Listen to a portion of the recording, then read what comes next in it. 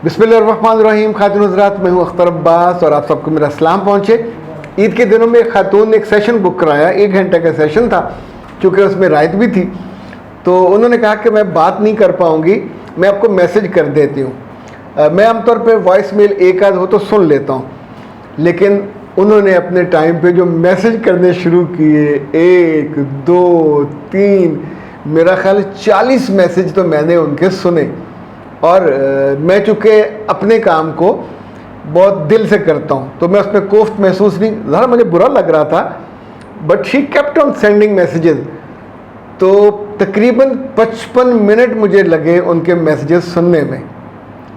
और उनके मैसेजेस का जो लुब्बे लबाब था वो ये था कि मेरी शादी के 2 साल हुए और मेरा शौहर बहुत अच्छा है एंड वो भी जॉब करता है, मैं भी जॉब करती हूँ और हम अच्छी ज़िंदगी गुजर रहे हैं। लेकिन मुझे अब उससे हर बात पे गुस्सा आने लगा।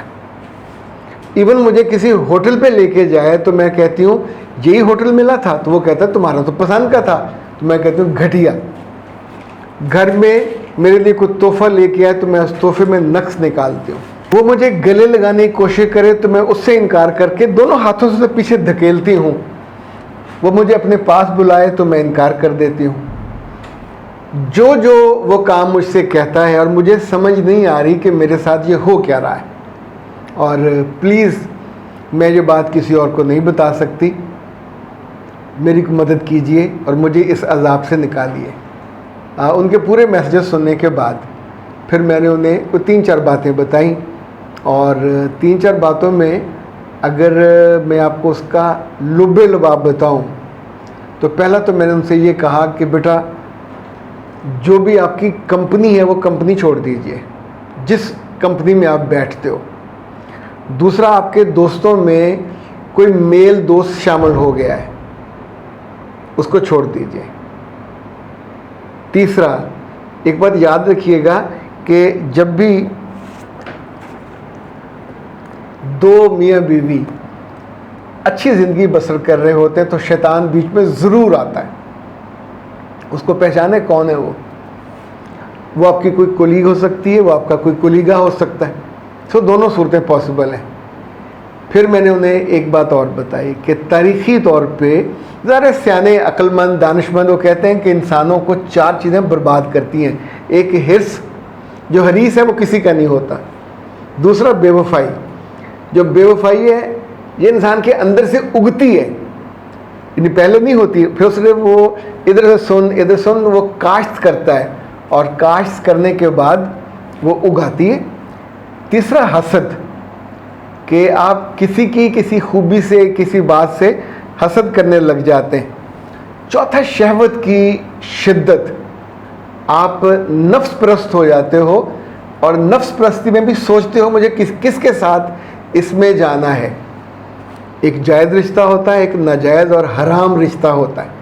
यानी इन चारों के अलावा आम तौर पे अगर मियाँ आपका अच्छा है तो आप इसका मतलब है आप उससे बेवफाई करने पे आमादा हो और उसका रास्ता ढूंढ रहे हो। अब आपको रास्ता नज़र नहीं आ रहा, आपके कद का है, काट का है, पसंद का है, मिजाज का भी ठीक है। अच्छा, कुछ अरसे के बाद उसकी बर्दाश्त ख़त्म हो जाएगी। अच्छा, उसको बात समझने में दिक्कत हो रही थी तो मैंने उसे फिर एक पुरानी, यूँ समझे जैसे दानाई की कहानी होती है, वो सुनाई। मैंने कहा कि जो आईना है ना, ये बड़ी खूबसूरत चीज़ है। आईना देखते हुए 2 सूरतें होती हैं। अगर आईना आपसे ये कहे कि तुम खूबसूरत हो तो फिर अपनी खूबसूरती की इज़्ज़त करते हैं, उसकी हिफाजत करते हैं, उसे दागदार नहीं करते। और अगर आपका आईना कहे कि तुम सांवले हो या काले हो तो फिर उस पर गुनाह की कालक नहीं मलते, अपने चेहरे को दागदार नहीं करते, अपने चेहरे को काला नहीं करते, इसलिए कि 2 स्याहियाँ आपकी नाम और काम सब पे मलिया मेट करके रख देती हैं। आप की शोहरत बदनामी में और रुसवाई में बदल जाती है। ये बात उनको समझ आ गई। और ऐसा नहीं होता कि इस तरह की कैफियत कभी दस्तक दे के आपके दिल में आए। जब आपकी दुआओं से अपने प्यारों का नाम रुखसत हो जाता है। जब आपकी दुआओं से अपनी वफा की मजबूती और इस्तेहकाम का जो आरजू है वो ख़त्म हो जाती है, तो ऐ मेरे प्यारे बच्चों और ऐ मेरी प्यारी बेटियों, दुआ इतनी शानदार, तगड़ी और ताकतवर चीज़ है जो हमको महफूज रखती है। यानी हर दुआ के जवाब में मेरा रब आपकी हिफाजत के लिए कुछ फरिश्ते मुतय्यन करता है ना, आपकी ज़िंदगी को, आपके अमाल को, आपकी सोचों को बरकत से, खैर से भर देता है। वो आपने बंद कर दिया रास्ता, तो अब आपने रास्ता जो खोला है वो चोरों वाला रास्ता है। किसी की बात सुनते हो, फिर दिल में उसके साथ ताल्लुक़ बनाने की जो सड़क है, अब उसकी तामीर शुरू करते हो।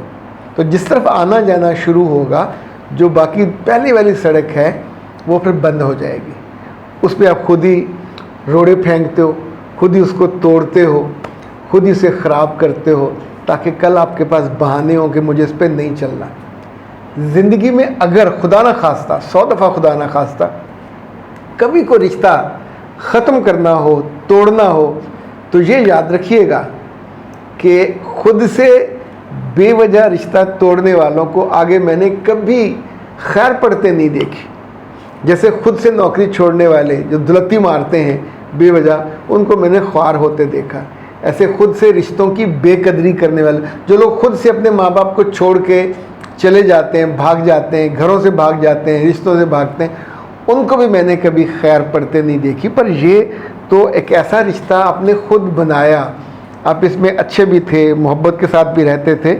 और अच्छा, जितनी खुल के मैंने बातें की उनसे आपसे भी वही कह रहा हूँ, अपनी ख्वाहिशों पे हमेशा गौर किया करें और उनके आगे कोई छोटा दरवाज़ा ना बड़ा दरवाज़ा लगाया करें, जिसको सिर्फ कुंडी ना लगाया करें, ताला भी लगाया करें। खुलने के नतीजे में ये ख्वाहिशें बेराह हो जाती हैं, बेघर भी हो जाती हैं, बेदर भी हो जाती हैं। दूसरा, अपनी दुआओं में अपने प्यारों को और अपने प्यारे रिश्तों को शामिल रखा करें। जब आप उनको उससे महरूम कर देते हैं तो फिर बेराह रवी का जो आपने रास्ता चुना होता है उस पर चलना आसान हो जाता है। और तीसरी बात, आपकी ज़िंदगी में अगर ख़ानदान है, अगर आपका समाज है, अगर आपकी एक बनी हुई रिप्यूट है, इसके साथ ही आपका सेल्फ इमेज बनता है। यानी इतने साल आपका एक इमेज, पब्लिक इमेज वो ठीक है, आपका सेल्फ इमेज भी ठीक है, तो अब आप उसको अपने हाथों से दागदार करोगे। एक मियाँ को छोड़ोगे, दूसरे मियाँ के पास जाओगे या किसी को मियाँ बनाओगे, तो क्या लोग इसको कदर की निगाह से देखेंगे? और ख़ुद आपका दिल उसको जस्टिफाई नहीं कर पाएगा। तो जिस चीज़ की जस्टिफिकेशन ना हो वहाँ पे हमेशा रुकना चाहिए और अल्लाह से पनाह मांगनी चाहिए। इसी को हमारे बड़े इस्तग़फ़ार कहते हैं कि अगर आपकी ज़िंदगी में गाड़ी में आते हुए, जाते हुए, घर में सुबह सोते उठते इस्तग़फ़ार ज़रूर करते रहिए। इस्तग़फ़ार इतनी शानदार बुनियाद है, और वो जो होती है ना कि दीवार, वो आपको बहुत सारे बुरे लोगों से, उनकी बुरी ख्वाहिशों से, शहवत परस्ती से, नफ्स परस्ती से बचा लेती है और आपकी हिफाजत फरमाती है। मेरा रब आप पे बेशक मेहरबान रहे, आपको बड़ी गलतियां करने से कि जिसमें आपको शौहरों की हर बात पे गुस्सा आने लगे, या कभी अल्लाह माफ़ करे अपने और प्यारों पे भी ये सूरत हो सकती है। और वो सूरत सीधी, इतनी सीधी सादी नहीं होती, उसके पीछे कई सारी चीज़ें होती हैं जिनका मैंने भी जिक्र किया। जायज़ा लीजिए और अपने आप को अल्लाह की पनाह में दीजिए। अख्तर अब्बास आपसे इजाज़त चाहता है। अस्सलाम वालेकुम व रहमतुल्लाह व बरकातहू।